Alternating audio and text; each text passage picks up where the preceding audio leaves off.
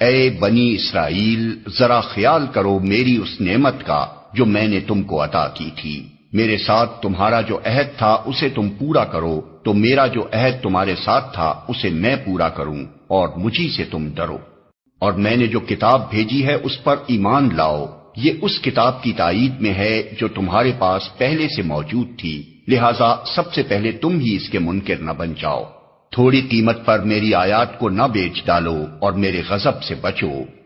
باطل کا رنگ چڑھا کر حق کو مشتبہ نہ بناؤ، اور نہ جانتے بوجھتے حق کو چھپانے کی کوشش کرو۔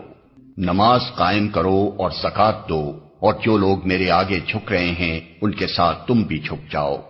تم دوسروں کو تو نیکی کا راستہ اختیار کرنے کے لیے کہتے ہو، مگر اپنے آپ کو بھول جاتے ہو، حالانکہ تم کتاب کی تلاوت کرتے ہو۔ کیا تم عقل سے بالکل ہی کام نہیں لیتے؟ صبر اور نماز سے مدد لو۔ بے شک نماز ایک سخت مشکل کام ہے، مگر ان فرما بردار بندوں کے لیے مشکل نہیں ہے جو سمجھتے ہیں کہ آخر کار انہیں اپنے رب سے ملنا اور اسی کی طرف پلٹ کر جانا ہے۔